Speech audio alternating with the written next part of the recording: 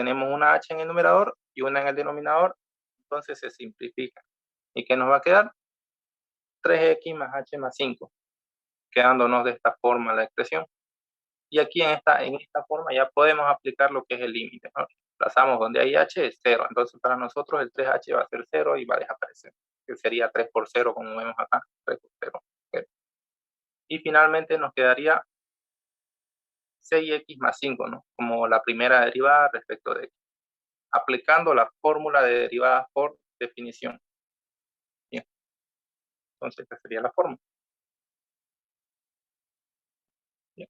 Ahora le vamos a dar una tablita de derivadas. Estas son las derivadas que normalmente vamos a ocupar, ¿no? Ya, aunque existe muchas más fórmulas de derivadas, sería bien si ustedes cuentan con una tablita de derivadas, probablemente sí, ¿no? Ya que han pasado cálculo 1, 2 y 3. Es probable que tengan su tablita de derivadas ya comprada otro tiempo, ¿no? De otro semestre. O si no, lo que pueden hacer es agarrar y copiarlo manualmente, ¿no? Porque si lo dejan así en el celular, capaz ni lo vean, ¿no? Pero bueno, estas van a ser las tablitas que vamos a ocupar normalmente. La de derivadas por definición, tenemos derivada de constante, ¿ya? Sabemos que la derivada de una constante es 0. Tenemos la derivada de una suma, la derivada de un producto o de una multiplicación de derivadas. ¿Sí?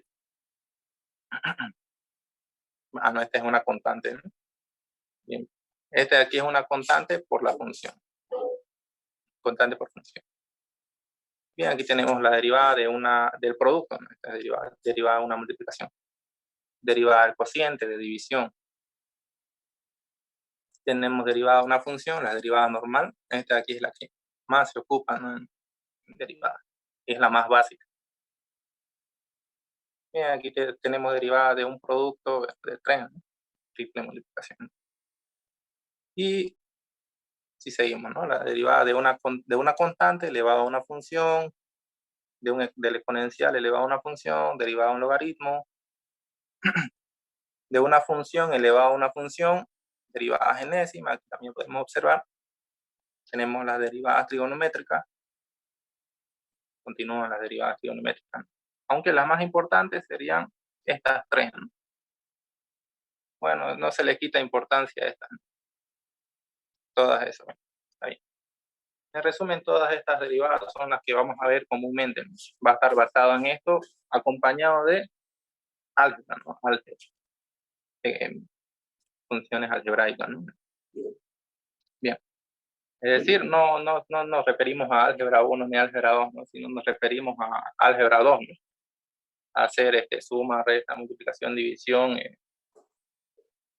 entre otras cosas, ¿no? Muchas cosas. Va a estar mezclado. Bien. Ahora vamos a ver lo que son derivación de funciones. Bien. En la práctica, para derivar funciones, muy conveniente el uso de tablas derivadas, ¿no? Es muy conveniente el uso de las tablas derivadas que acabamos de ver. Y si tienen una tabla más completa, belleza, ¿no? Ocúpenlo su tabla más completa. Bien. Entonces es muy conveniente tener tabla derivada. Inge, hay varios compañeros que dicen que si lo puede meter al grupo, por favor, a la llamada. Bien.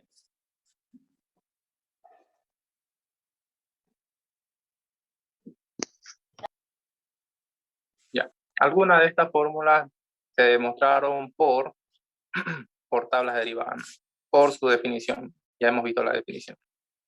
Como la variable x en todas las funciones se dará como notación directa f y f de x. ¿A qué se refiere? Como en todas las funciones sabemos que la incógnita o la variable es x, ¿no? Lo vamos a abreviar, ya no vamos a colocar f de x, ¿no? Ya sabemos que la función está respecto de x. Entonces, ¿qué nos está diciendo? Que lo vamos a abreviar solamente f. F va a ser nuestra función. Y f' sería nuestra primera derivada. Ya no es necesario que le coloquen f respecto de x. Se sobreentiende. Que es lo que nos está diciendo, que vamos a tomarlo de forma directa. F de x y f'. Para una función y su respectiva derivada. ¿Bien? Eso es lo que quiere decir. Bien, entonces, f va a ser la función y f' va a ser la derivada.